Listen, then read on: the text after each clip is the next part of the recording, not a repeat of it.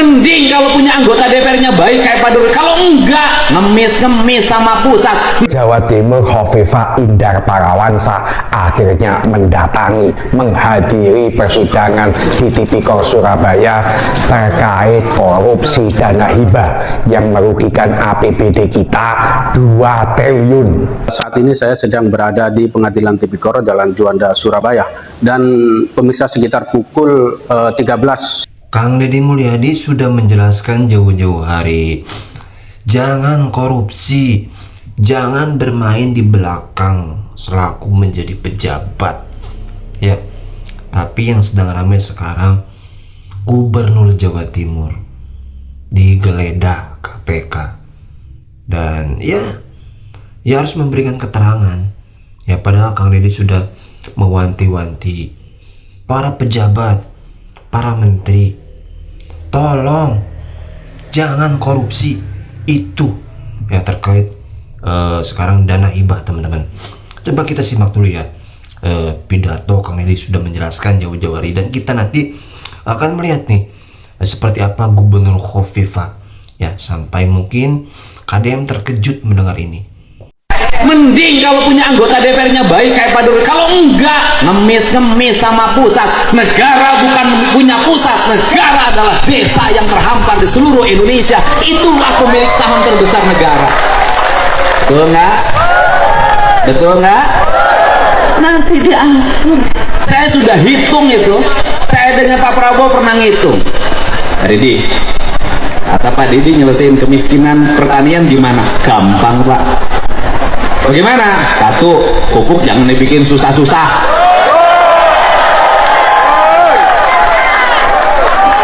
Ya jangan dibikin susah-susah. Bikin pupuk susah banget, aturannya banyak banget. Bikin yang sebanyak-banyaknya, negara rugi, nggak apa-apa, asal petani untung. Betul yuk. 2, saya katakan setiap buruh tani harus punya sapi. Bantuan sapinya jangan kayak kemarin-kemarin Pak, dari Kementan, kurus-kurus, tua-tua, nggak mau hamil lagi. Itu saya bagiin sampai 2 tahun ke saya, Pak, nggak sanggup. Kenapa? Sapi saya nggak bunting-bunting. Mungkin sama kamu lakinya kurang. Kasih dong sapi yang unggulan, yang bibitnya gede. Kalau bisa yang dibagiin yang sudah bunting, di IB dulu sama kementerian, baru dibagiin. Betul nggak? 1 petani dengan Bu sebagai buruh tani atau luasan di bawah 1/4 hektar, kasih 5 ekor. Setelah itu kasih dana pendampingan, PPL-nya arahin, itu kotoran sapi jadi pupuk organik. Puterin begitu. Kemudian apalagi jamin kesehatannya, kalau sakit nggak usah susah. Bener rakyat pakai BPJS, bener, tapi banyak yang BPJS-nya nggak bisa bayar. Saya tuh kenapa Kang Deddy ngomong gitu tiap hari, aku ngurus yang begitu. Masuk rumah sakit BPJS nggak ada, bayar dulu. Masuk rumah sakit, di rumah sakitnya nggak bisa nungguin. Kenapa? Berhenti kerja ngebecanya. Bener nggak? Nah, jadi gratisin itu pelayanan kesehatan. Yang berikutnya apa lagi? Bangun rumah sakit, jangan numpuk satu tempat. Ya, kabupaten harus punya rumah sakit rujukan, nggak usah operasi ke pusat kota, cukup di kabupaten. Turunin dokter-dokter terbaik di situ. Kemudian siapkan subsidi untuk apa? Kalau orang sakit, keluarganya harus disubsidi. Kenapa Kang Deddy ngomong gitu? Suaminya sakit, bininya nungguin. Yang nyari duit siapa? Saya ngalamin, saya pernah punya kebijakan, kalau keluarganya sakit, yang nungguinnya saya kasih uang saku 100.000 per hari. Bisa negara? Bisa. Bisa nggak? Bisa. Sekolah, bikin perguruan tinggi udah dirancang oleh Pak Prabowo kan, sekarang sudah ada politeknik di NTT. Nanti terus begitu. Nah, kemudian kalau itu dilakukan, kemiskinan selesai. Orang miskin karena sakit, rumah sakitnya mahal. Benar gak? Orang kaya penghasilan 20 juta kena cuci darah jadi miskin. Benar gak? Benar gak? Ini problem problem. Terus kemudian infrastrukturnya benerin yang berkualitas di desa-desa. Jangan jalan dibangun sekarang, besok sudah rusak lagi. Bangun irigasi yang bener, jangan bilang 60 cm, dibangunnya 30 cm, diakal-akalin. Ini benerin semua. Terus yang berikutnya, negara tegas, saya termasuk yang di bawah umur jangan pakai motor. Saya sampai ngurus begitu, saya jadi bupati ngurus begitu, bikin aturan tidak boleh pakai motor ke sekolah. Kenapa? Di bawah umur pakai motor merusak hidupnya. Dia tiap hari kerjanya main HP sama motor-motoran, ibunya sampai hitam legam di sawah begini, rusak generasi. Apalagi, nah, bikin aturan ini Jawa Barat. Aturannya apa? Mereka yang hajatan boleh hajatan kalau punya uang. Yang nggak punya uang nggak boleh hiburan-hiburan, udah numpeng aja. Kenapa? Di Jawa Barat banyak yang kawinan pinjem Bang Emok. Beres Bang Emok, hutang sampai pergi ke Arab. Ini negara ngatur, kepala desanya ngatur, semua ngatur seperti itu. Pusat dan daerahnya ngatur, rakyatnya dijamin, diatur tapi dijamin. Sekali lagi apa? Diatur tapi jangan suka ngatur kalau tidak menjam. Begitu. Orang yang ngatur harus menjam. Ini tugas negara mengatur dan menjam. Tugas rakyat diatur dan mendapat jamin. Ya, ini saja apa yang saya sampaikan. Saya panjang dan pendek ngomongnya, pulangnya nggak akan ditransfer, ongkos sendiri. Alhamdulillah. Tepuk tangan ya buat Kanjeng. Saya kebetulan saya tiap malam keliling untuk menyampaikan pesan-pesan Pak Prabowo. Tadi malam di Cirebon, sekarang di sini. Nanti malam saya harus ke Bandung, besok saya ke Bekasi. Saya tiap malam keliling untuk menyampaikan pesan. Saya ingin Indonesia kepemimpinan Pak Jokowi diteruskan sama orang yang jujur, orang yang otentik bukan kosmetik, orang yang tidak suka pencitraan tapi ngomong apa adanya, orang yang selalu dihianati tapi tidak pernah mengkhianati. Setuju? Kita ucapkan terima kasih, kita sambut Gus Miftah datang ke tempat ini. Monggo di aturanan lega, atur nuhun. Wallahu Gubernur Jawa Timur Khofifah Indar Parawansa akhirnya menghadiri persidangan di Tipikor Surabaya terkait korupsi dana hibah yang merugikan APBD kita 2 triliun. Dalam persidangan itu Khofifah membantah kalau dia terima duit 30% fee dari korupsi dana hibah.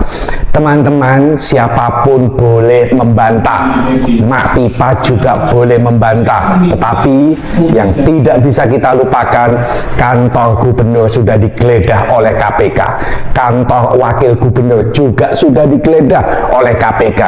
Tentu KPK tidak asal menggeledah, ada pertimbangan-pertimbangan keterkaitan antara gubernur, wakil gubernur yang itu dituduh ada keterkaitan dengan korupsi dana hibah. Teman-teman, dalam korupsi dana hibah 2 triliun ini, sebagai gubernur, Mak Pipa tidak pernah marah.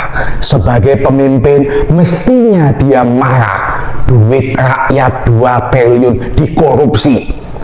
Masih banyak ribuan orang miskin, masih banyak orang tidak bisa melanjutkan sekolah di SMA, di perguruan tinggi, masih banyak orang yang tidak tercover miskin oleh BPJS. Tentu 2 triliun sangat bermanfaat. Sebagai pemimpin mestinya marah, duit rakyat kok dikorupsi. Nyatanya tidak pernah marah, mesam-mesem hanya diam. Ini tentu menjadi tanda tanya, ada apa Mak Pipa dengan kasus korupsi ini? Ingat, beberapa waktu yang lalu juga ada kasus korupsi 500 miliar di Bank Jatim. Mak Pipa juga diam, tidak marah. Iki pemimpin cap opo. Ingat teman-teman, Dulu pada saat Bu Risma menjadi wali kota Surabaya, pernah suatu saat ada perusahaan es krim bikin acara di Taman Bungkul yang datang merusak, menginjak-injak taman yang nilainya tidak sampai 100 juta. Bu Risma marah, matanya melotot. Ini punya rakyat, ini dibangun pakai duit rakyat. Itu cuma 100 juta. Nah ini loh, 2 triliun. Kok tidak marah? Kok cuma diam? Ada apa dengan Mak Pipa? Silahkan komen. Saat ini saya sedang berada di Pengadilan Tipikor Jalan Juanda, Surabaya, dan pemirsa sekitar pukul 13.22 siang tadi Gubernur Jawa Timur Khofifah Indar Parawangsa memenuhi panggilan KPK untuk memberikan kesaksian dalam sidang dugaan korupsi dana hibah yang menjerat mantan Ketua DPRD Jawa Timur almarhum Kusnadi, dan Khofifah memberikan kesaksian di persidangan dengan atas nama terdakwa memang Hasanuddin, Jody Pradana Putra, Sukar, dan Wawan Kristiawan yang merupakan adalah koordinator Pokmas dari Kusnadi, almarhum Kusnadi. Dan pemirsa, tadi banyak keterangan atau pertanyaan dari KPK terhadap Gubernur Jawa Timur. Salah satunya adalah mengenai BAP, adanya munculnya BAP Kusnadi mengenai adanya aliran 30% ke Gubernur Jawa Timur, ke Wakil Gubernur Jawa Timur, juga ke beberapa mantan sekda dan sekda serta UPD di Jawa Timur. Gubernur pun langsung melakukan klarifikasi dan menjawab bahwa memang dia menegaskan tidak ada aliran hibah sesuai dengan BAP Kusnadi 30%. Bahwa dia menegaskan tidak benar BAP tersebut. Mengenai Pokmas ini memang tadi banyak pertanyaan yang ditujukan kepada Khofifah mengenai alur dana hibah. Namun pertanyaan tersebut memang seharusnya ditujukan kepada TAPD di Pemprov Jawa Timur, dan sehingga Khofifah tidak banyak menjawab karena memang pertanyaan tersebut seharusnya dijawab oleh TAPD.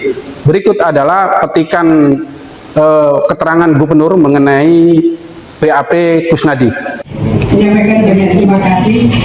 Kami ingin menegaskan yang mulia bahwa itu tidak pernah ada, tidak benar. Tidak ada dan tidak benar. Tidak ada. Kalau secara umum Bu, Ibu apakah tahu dana hibah Kokim ini atau aspirasi yang dibawa oleh para anggota dewan kemudian istilahnya di transaksional dijual oleh mereka gitu? Tidak ada kejelasan Bu. Kalau Ibu tahu, tahunya kapan gitu? Insya Allah tidak ada. Dalam kasus korupsi dana hibah ini, KPK sudah menetapkan 21 tersangka, diantaranya adalah 4 ketua DPRD dan wakil ketua, diantaranya adalah almarhum Kusnadi, Anwar Sadat, dan Iskandar, yang sampai sekarang masih belum dilakukan penahanan dan masih belum disidangkan. Demikian pemirsa yang dapat saya laporkan. Saya belum bisa memenuhi panggilan sebagai saksi karena bersamaan dengan paripurna DPRD Provinsi Jawa Timur.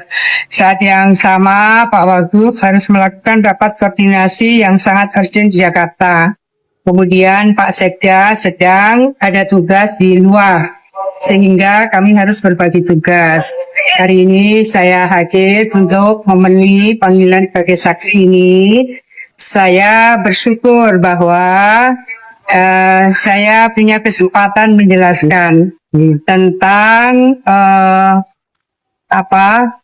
pengakuan atau tuduhan dari almarhum bahwa dalam proses pengajuan dana hibah itu ada fee, ada ijon ke gubernur 30%, 30%, sekda 10%. Assalamualaikum warahmatullahi wabarakatuh. Alhamdulillah, ya Bapak Ibu.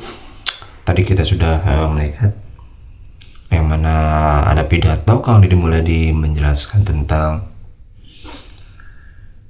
tolonglah para menteri, tolong para pejabat, jangan main di belakang,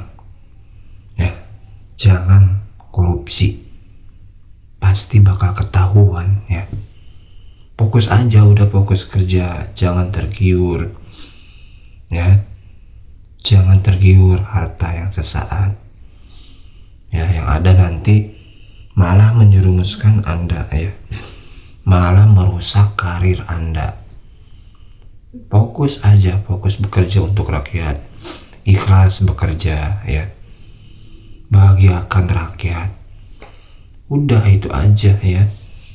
Dan semoga Kang Deddy Mulyadi ya istiqomah teman-teman ya, istiqomah ya, terus ya, berbuat baik terus ya, pidato menasehati para pejabat, terutama dirinya sendiri ya, jangan sampai terbawa oleh ya harta sesaat ya. Mungkin insya Allah ya, mungkin mudah-mudahan ya jangan terjerumus Kang Deddy Mulyadi terkait tadi Bu Khofifah Indar Parawangsa ya, sudah memberikan klarifikasi katanya teman-teman, dan ya terkait dugaan-dugaan beliau katanya terlibat ya, beliau membantah itu ya, membantah korupsi 2T dan dibagi-bagi 30% ya, beliau membantah itu. Dan ya syukur kalau emang membantah dan terbukti enggak korupsi ya, syukur ya, harusnya seperti itu. Dan mudah-mudahan ya jangan sampai tergiur ya, karena itu milik rakyat teman-teman, itu hak rakyat loh harta itu ya, jadi gunakan untuk kepentingan rakyat ya, jadi seperti itu teman-teman. Oke, itu dia video kali ini, terima kasih yang sudah nonton, semoga sehat selalu dimanapun bapak-bapak ibu-ibu berada. Terima kasih, mohon maaf bila ada salah. Assalamualaikum warahmatullahi wabarakatuh.